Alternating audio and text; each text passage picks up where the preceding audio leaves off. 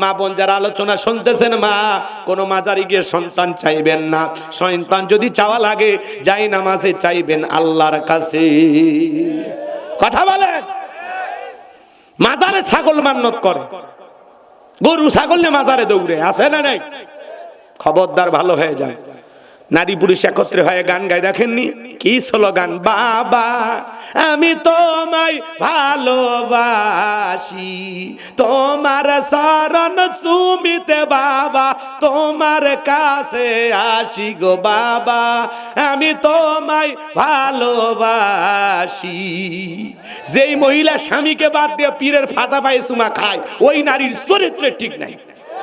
আপনার বউকে ধমক দিয়ে বলবেন, রে শোন এদিকে আয়, জান্নাতে যাবি আয়। আয়েশা, ফাতেমা, খাদিজা, হাজেরা, আসিয়া, মারিয়াম, এ সমস্ত নারীদের জীবনী কিনে দিলেন, যেগুলো সব জান্নাতি নারী। এদের জীবনী পর, এইভাবে জীবন গড়, তারপরে মর, জান্নাতের রাস্তা ধর। আপনি বউকে পীর সাহেবের কাছে পাঠাতেন, আপনি কি দুর্বল? আপনার বউ কেন মাজারে যাবে, কেন পীর সাহেবের কাছে যাবে? ভালো হয়ে যান, ভালো হয়ে যান। খবরদার, কারো বউ মাজারে পাঠাবেন না। মাজারে পীর সাহেবের ক্ষমতা আছে। ছাগল মান্নত করে, গরু মান্নত করে যে আপনি টাকা পয়সা বিলিয়ে ওই জায়গায় যে সন্তান চাচ্ছেন, মাজারে পীর সাহেবের বাপের ক্ষমতা আছে আপনাকে ছেলে মেয়ে দেওয়া। ছেলে মেয়ে দেওয়ার মালিককে চাইতে হবে কার কাছে? ইব্রাহিম খলিলুল্লাহ ৮৬ বছর বয়সে আল্লাহর কাছে চেয়েছিলেন, আল্লাহর কাছে। ৮৬ বছর বয়সে আল্লাহ বাবা বানাইছে। চাইতে হবে কার কাছে? মনে যেন থাকে বাজান, গভীর মনোযোগ দিয়ে কথাগুলো শুনে যান। এদিক সেদিক যাওয়ার কোনো সুযোগ নাই। মাজারে সেজদা দেওয়া শিরিক, পীরের পায়ে সেজদা দেওয়া শিরিক, নেতার পায়ে সেজদা দেওয়া শিরিক। কথা বলে দিয়ে ভাগ্যের কাছে যা ভাগ্য গণনা করা শিরিক। আপনার তকদিরে আগামীকাল কি হবে আল্লাহ ছাড়া দুনিয়ার কোনো মানুষ জানে না, নাকি আমেরিকার নাসা বিজ্ঞানী জানে? কথা বলেন। আমেরিকার নাসা বিজ্ঞানী দেখেন ওরা কত দূর এগিয়ে গেছে, মহাকাশ গবেষণা করে, মহাশূন্য নিয়ে গবেষণা করে। আল্লাহরই গোলামেরা গবেষণা করতে গিয়ে তারা গুনগুন জিকিরের শব্দ পেয়েছেন। এই নাসা বিজ্ঞানী আল্লাহরই গোলামেরা বলেছেন যে আমরা গুনগুন যে শব্দটা পেয়েছি, আমাদের মনে হয় আজ থেকে ১৫০০ বছর আগে বিশ্বনবী যে ভবিষ্যৎবাণী দিয়েছেন, আমাদের কাছে মনে হয় লক্ষ লক্ষ মানুষ এক জায়গায় গুনগুন হয়ে একটা জিকিরি করতেছেন। মনে হয় এটা ফেরেশতাদের জিকিরি করার আওয়াজ। বলুন সুবহানাল্লাহ। আমেরিকার নাসা আল্লাহর গোলামেরা তথ্য পেয়েছে যে মহাকাশে আমরা এরকম শব্দ শুনতে পাচ্ছি যে কয়েক লক্ষ মানুষ এক জায়গায় হয়ে মনে হয় কিছু একটা জপতেছে। ওরা তো বোঝেনি, বোঝেন না? ওই আওয়াজটা এখনো পুরো পৃথিবীবাসীর সামনে ওরা প্রকাশ করেনি। আমরা বলতে চাই আওয়াজটা যখন প্রকাশ হবে তখন আমরা বুঝতে পারবো। আমার ভাইয়েরা, আসমান জমিনে সব জায়গায় কার নামে জিকির হয়? ফেরেশতারা কার নামে তাসবিহ পাঠ করে? দেখেন যুগ প্রযুক্তির যুগে আপনারা কিভাবে তথ্য পাচ্ছেন, তারপরেও যদি কানা হয়ে থাকেন, অন্ধ হয়ে থাকেন, ফসা হয়ে থাকেন, তাহলে বোঝানোর ক্ষমতা নাই। মরার পরে টের পাইবেন ওলামা ইকরামের কথা কেন শুনি নাই। সেদিন তো টের পাই আর দুনিয়াতে আসতে পারবেন? অতএব এখনো সময় আছে, পরিবর্তন হয়ে যান। গোলামি করতে হবে কার? কোনো বাবার না, কোনো মাজারার না, কোনো নেতার না, গোলামি করতে হবে রবের। আল্লাহ যেন বুঝ দান করেন। জোরে বলুন আমিন। এরপরে বাজান স্লোগান দেয়, এক আংটিতে সব সমস্যার সমাধান। আপনি কি মামলায় হেরে যাচ্ছেন, বিদেশে যেতে ভয় পাচ্ছেন, দাম্পত্য জীবনে অসুখী, ব্যবসায় লস খাইতেছেন, তাহলে এক আংটি আজমেরি জেমস হাউস, শেষ দর্শন, বসুন্ধরা সিটি কমপ্লেক্স, লিটন দেওয়ান চিস্তি, এক আংটিতে যদি এত সমস্যা মিটে যায় বাজান, ওর তো আংটি বিক্রি করা লাগতো না। এই হাতে 5টা, এই হাতে 5টা, 10 আঙ্গুলে 10টা আংটি ব্যবহার করে পৃথিবীর 1 নাম্বার ধনী হয়ে যেত। এগুলো বিশ্বাস করা যাবে না। শনিবার মঙ্গলবার 2টা দিন নাকি শুভ না, বিয়ে করা চলবে না, এগুলো ধারণা করাও শিরিক। চলতে পথে হাতে হঠাৎ করে হোঁচট খাইছে, বলে না আজকের যাত্রা শুভ হবে না, এগুলো ধারণা করাও শিরিক। এরপরে সন্ধ্যাবেলায় শ্রমিক টাকা পাবে, ধনী মানুষ টাকা দিতে চায় না, সন্ধ্যাবেলায় শ্রমিককে টাকা দিলে নাকি গরিব হয়ে যায়, এরকম ধারণা করাও শিরিক। চুলাস্ত্রীর দিকে মা বোনদের চিরুনি পড়ে যায়, বলে এই তো বাড়িতে মেহমান আসবে, পাগলি যা রান্না শুরু কর, মেহমান না আসলে আমাদেরকে একটা ফোন করো, খাইয়া যাব। কথা কোন ঠিক কিনা? এগুলো ধারণা করা শিরিক। এরপরে বাজান অনেক কথা আছে, কয়টা কথা বলবো। যমজ কলা খালি নাকি যমজ বাচ্চা হয় ভালো, দুইবারে কষ্ট একবারে হলো, মাঝখানে সিজারের টাকাটা বেঁচে গেল। কত পুরুষ মানুষ যমজ কলা খাইলো, আজ পর্যন্ত কোনো পুরুষের বাচ্চা হলো না, হবে কেমনে? আল্লাহ তো মেশিন পত্র দেয়নি, কথা বলেন ঠিক কিনা? নতুন ছেলের বউ চা বানাই দিকে কাপটা পরে ভাঙ্গে গেছে, বলে অলক্ষণে কুলক্ষণে বউ। প্রথম দিনে সংসারে জিনিস ভাঙ্গা শুরু করছে, এই অলক্ষণ কুলক্ষণ বলে ইসলামে কোনো কিছু নাই। ছোট বাচ্চার কপালে কালো টিপ দেয় কেন? কয় বদ নজর থেকে বাঁচার জন্য। আছে না নাই? রাগ করেন যদি দলিল চান। ও বউ, ছোট বাচ্চার কপালে কালো টিপ কেন দিলা? কয় আমি জানি না, তোমার মা জানে। মাকে বললে কয় তোর নানি জানে। এই নানি নাদি নানি দাদি পর্যন্তই দলিল শেষ, এর কোনো কুল কিনারা খুঁজে পাবেন না। ছোট বাচ্চার কপালে কালো টিপ কয় কয় বদ নজর থেকে বাঁচার জন্য। বলেন তো বাজান, তকদিরের ভালো মন্দ সবকিছু একমাত্র কার হাতে? ওয়াল কদরিহি শাররিহি মিনাল্লাহি তাআলা ওয়াল বাসি বাদাল মাউত। তকদিরের ভালো মন্দ একমাত্র আল্লাহ তাআলার হাতে। ট্রাকের পেছনে সেরা স্যান্ডেল ঝুলানো কেন? কয় দুর্ঘটনা থেকে বাঁচার জন্য। মাজার দেখে গাড়ি ব্রেক কইরা স্টিয়ারিং এর উপর হাত রেখে চুমা খায় কেন? কয় হুজুর বিরাট বড় আল্লাহর ওলি শুয়ে আছে, গাড়ি ব্রেক না করলে দুর্ঘটনা ঘটতে পারে। এগুলো ধারণা করা শিরিক। সমাজের অলিতে গলিতে রন্ধে রন্ধে শিরিক দিয়ে জীবনটা ভরে গেছে বাজান। মুসলমান কখনো শিরিক করতে পারে না। শোনেন শোনেন শোনেন, বিশ্বনবীর সাহাবাই গ্রামদেরকে ডেকে বলতেছেন, আমার সাহাবীরা শোনো, একজন ব্যক্তি একটা মাছি মেরে জাহান্নামে চলে গেল, আর একজন ব্যক্তি একটা মাছি না মেরে জান্নাতে চলে গেল। সাহাবাই গ্রাম জিজ্ঞাসা করেন, কাইফা ইয়া রাসূলুল্লাহ, নবী গো এই ঘটনাটা কি আমাদেরকে একটু খুলে বলেন। বিশ্বনবী তখন ডেকে বলেন, শোনো, এক দেশে এক জালেম বাদশা ছিল। এই জালেম বাদশা রাস্তার মোড়ে মোড়ে প্রতিমা বানায় রাখছে। বাদশার নিয়ম হলো যত মানুষ ওই রাস্তাতে হেঁটে যাবে প্রতিমার নামে কিছু না কিছু দিয়ে যাওয়া লাগবে। একজন ইমানদার হেঁটে যায়, জালেম বাদশার লোকেরা ডেকে বলে প্রতিমার নামে কিছু দিয়ে যাও।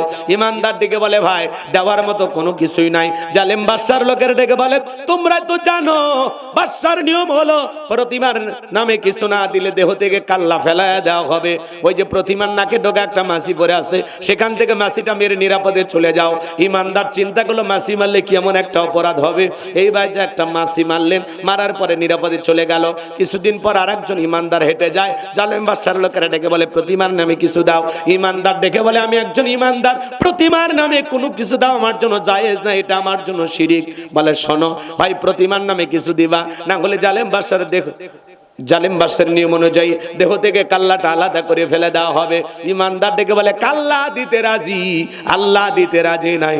বলে শোনো, তোমার মতো একজন ইমানদারকে সুযোগ দিয়েছিলাম, ওই যে প্রতিমার নাকের ডোকায় মাছি ভরে আছে, ওখান থেকে একটা মাছি মেরে নিরাপদে চলে যাও, খামাকা ঝামেলা করো না। ইমানদার ডেকে বলে মাছি মারার মতো শিরিকও আমি মুসলমান কখনো করতে পারি না। আর আমরা মুসলমান দুর্গা পূজায় বউ বাচ্চা নিয়া মুখে দাড়ি রাইকা বউরে বোরকা পরাইয়া হুন্ডার পিছনে নিয়ে যায়, স্লোগান দেয় মেলাই যায় রে, মেলাই যায় রে। এ কথা কয় না কে?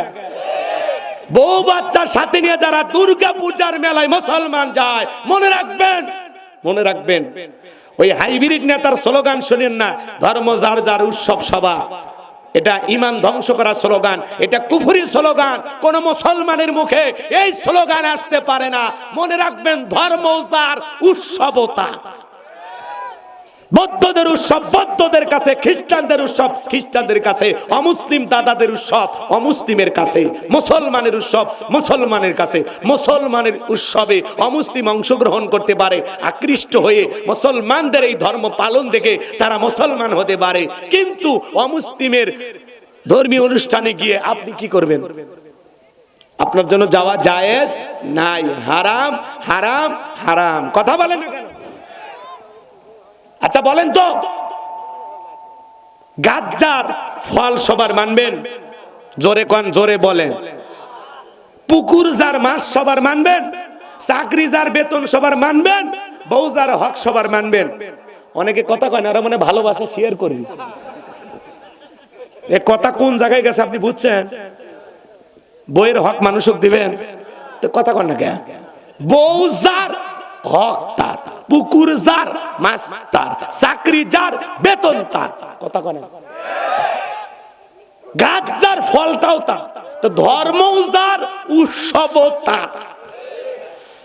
আমাদের দুই ঈদের নামাজে কি অমুসলিম দাদারা আসে?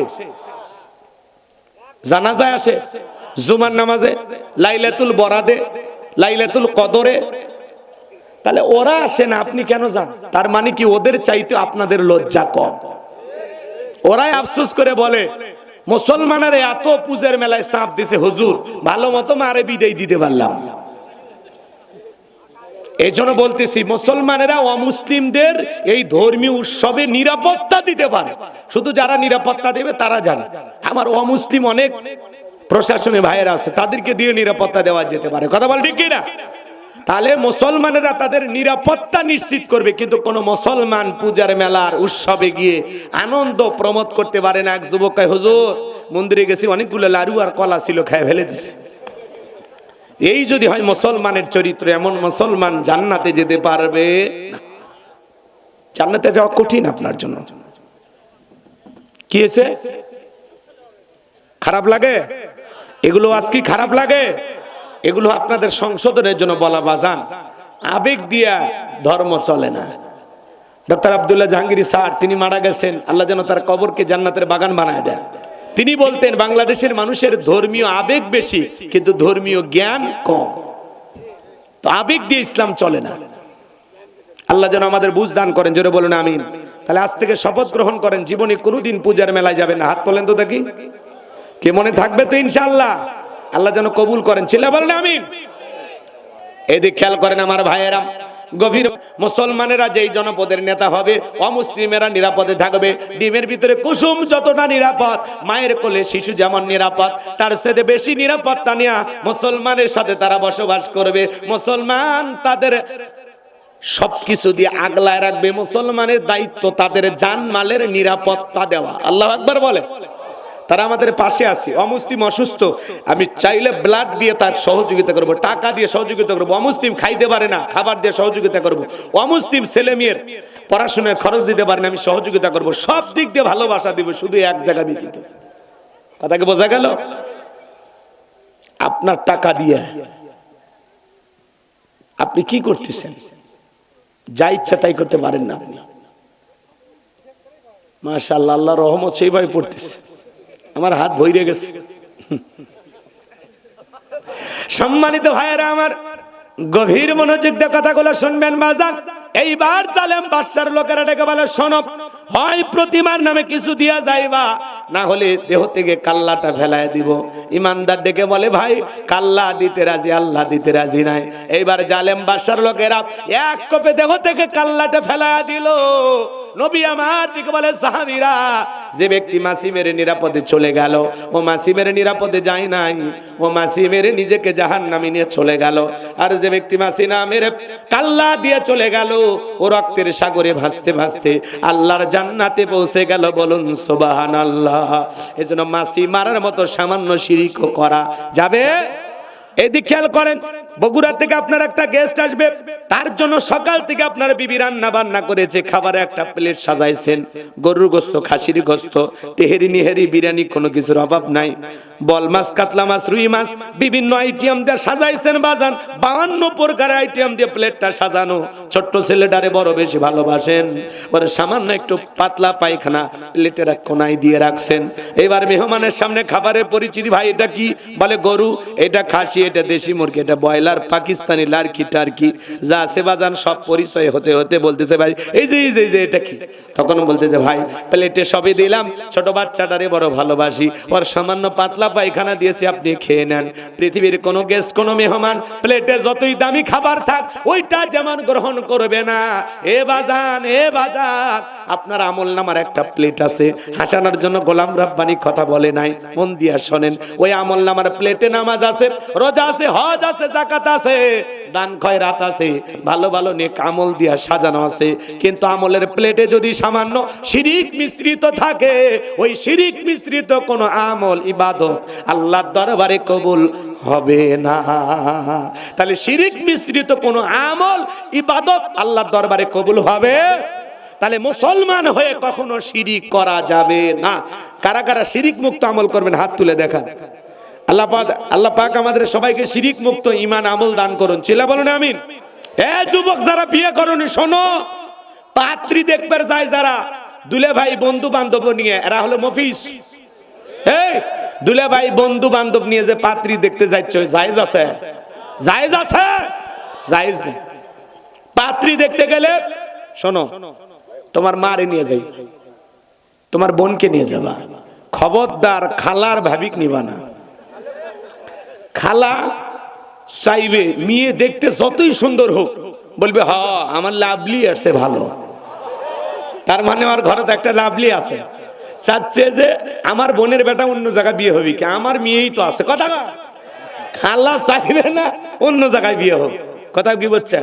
আর শোনেন শোনেন, আর ভাবিকে নিয়ে গেলে সমস্যা হবে। এটা কি, ভাবি চাইবে যে ভাবির চাইতে বেশি সুন্দরী যেন ওই বাড়িতে না আসে, তাহলে ভাবির কদর আদর যত্ন দামটা কমে যাবে, ভাবির মূল্যায়ন থাকবে না। এই জন্য ভাবি চাইবে না তার চাইতে সুন্দরী কে ওই বাড়িতে আসুক। এই জন্য দুই মহিলাকে মাইনাস করে বিয়ে করবে যাবে, আর কারে নিয়ে যাবা? মা আর বোন। মা চাইবে আমার ছেলের যেন চাঁদের মতো একটা বউ হয়, কথা কন। আর বোন চাইবে আমার ভাইয়ের যেন রাজকুমারীর মতো একটা ভাবি হয়। এই দুইটা মানুষের মধ্যে ভেজাল নাই। ওই যে ওই মাহফিলে আমি গাইছিলাম, শুনছেন আপনারা? হ্যাঁ, কিছু জানিনি, শোনেননি? শোনেননি? কি কি বলছিলাম মনে নাই? আবার কয়া লিখবি, আবার বলা লিখবি না? ওই যে মোবাইলের একটা গান গাইছিলাম না, মনে আছে? হদেশে মোবাইল আইছে, চিঠি বন্ধ হইয়াছে, দিওয়ানা বানাইছে, পোলা মাইয়ার মনের কথা ভাসে বাতাসে। কথা কয় না? দেখো পোলা পানের মন বাদা ফেসবুকে এখন, মোবাইলে চ্যাটিং কইরা কাটায় সারাক্ষণ। এই মোবাইল পাইয়া দেখো মদনের মাইয়া, এই মোবাইল পাইয়া দেখো মদনের মাইয়া কি কাণ্ড ঘটাইছে, স্বামী সংসার রাইখা নাকি পালাইয়া গেছে। এ কথা বলে ঠিক কিনা? বুঝো না? দুই বাচ্চার মা, চার বাচ্চার মা পরকীয়া প্রেম করে স্বামী সন্তান রাইখা আরেকটা ছেলের হাত ধরে পালিয়ে যায়। যে নারী স্বামী সন্তান রাইখা আরেকটা পর পুরুষের হাত ধরে পালিয়ে যায়, ওটা নারী জাতির কলঙ্ক, ওটা পাশানি ডাইনি বিশ্বাসঘাতক নারী। কেমনে পারলা বোন, ও মা কেমনে পারলা সন্তান রাইখা স্বামী রাইখা, কেমনে পারলা? এ কথা কন না? এই পরকীয়ার অভিশাপে সমাজটা শেষ হয়ে যাচ্ছে। কথা কন। দুই বাচ্চার মা, চার বাচ্চার মেয়ে বিবাহের দাবিতে আরেকটা ছেলের বাড়িতে। কি হয়েছে মা? বাড়ি কই? জামালপুর। তো তুমি বগুড়া? বলে আপনাদের গ্রামের বল্টু। কি করছে? বলে আমাকে বিবাহের প্রলোভন দেখায় একাধিকবার হোটেলে স্বামী স্ত্রী মতো।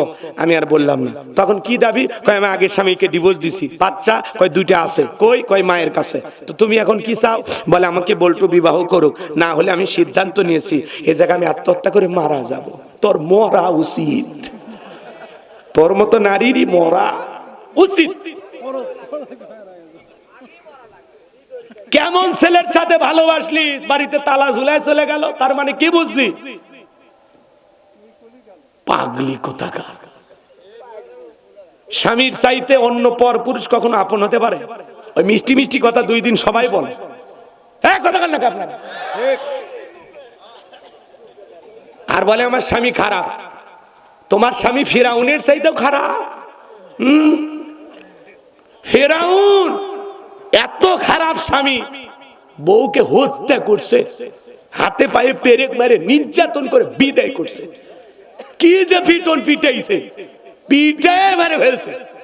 আর তুমি, তোমার স্বামী কোনোদিন এইভাবে মারছে, হাতে পায়ে পেরেক ঢুকাইছে?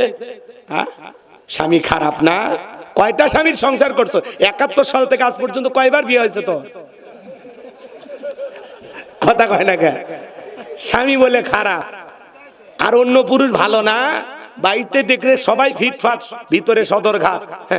3 মাস সংসার কর, ওর আসল রূপ বের হয়ে আসবি। কথা কয় না কে? অতএব মা, কোন স্বামী খারাপ না, তুমি ভালো হও, স্বামী এমনি ভালো হবে। স্বামী খারাপ, ভালো বানানোর চেষ্টা করো। খারাপ তো মাইনা নাও, উপায়টা কি? স্বামীকে চেঞ্জ করা যায় বারবার? পাগলি কোনটা? ভালো হয়ে যাবে। এই সব দোষ কি নারী না পুরুষের আছে? এক হাতে তালি বাজে। এই ছেলে, তোকে বলছি শোন, এই যুবক তোমাদেরকে বলছি শোনো, একটা নারীর স্বামী আছে, 2-3টা বাচ্চা আছে, ওই নারীর দিকে তোর চোখটা কেমনি পড়লো? এই দুনিয়াতে কার মানুষ নাই? তোমার স্ত্রীর সাথে যদি কেউ এমনটা করে মাইনে নিবা? তোমার বোনের সাথে, তোমার মায়ের সাথে, তোমার ফুফু খালার সাথে মাইনা নিবা না? তাহলে ওই নারী কারো না কারো স্ত্রী, কারো না কারো মা, কারো না কারো মেয়ে, কারো না কারো বোন, কারো না কারো ফুফু, কারো না কারো খালা। এই ছেলে, মাথা কাজ করে না?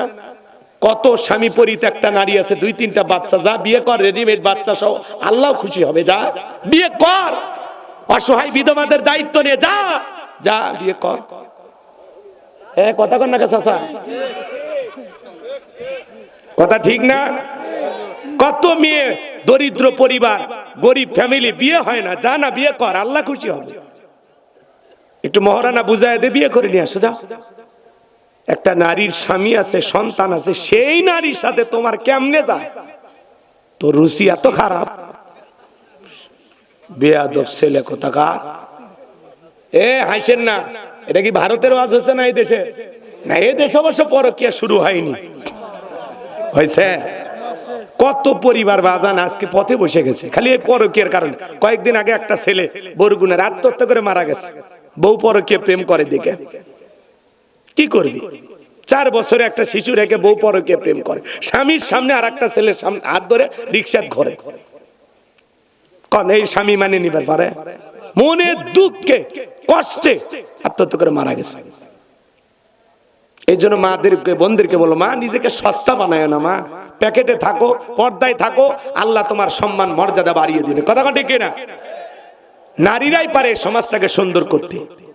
আল্লাহ যেন আমার মা বলে, হ্যাঁ অবশ্যই স্ত্রীর মহারানা বুঝে দিয়ে ঘরে তুলবেন, যৌতুক নেবেন না, যৌতুক হারাম। কাঁচা পায়খানা খাওয়া যেমন হারাম, কন্যা পক্ষের কাছ থেকে জোর করে যৌতুক দাবি করা তেমনি হারাম।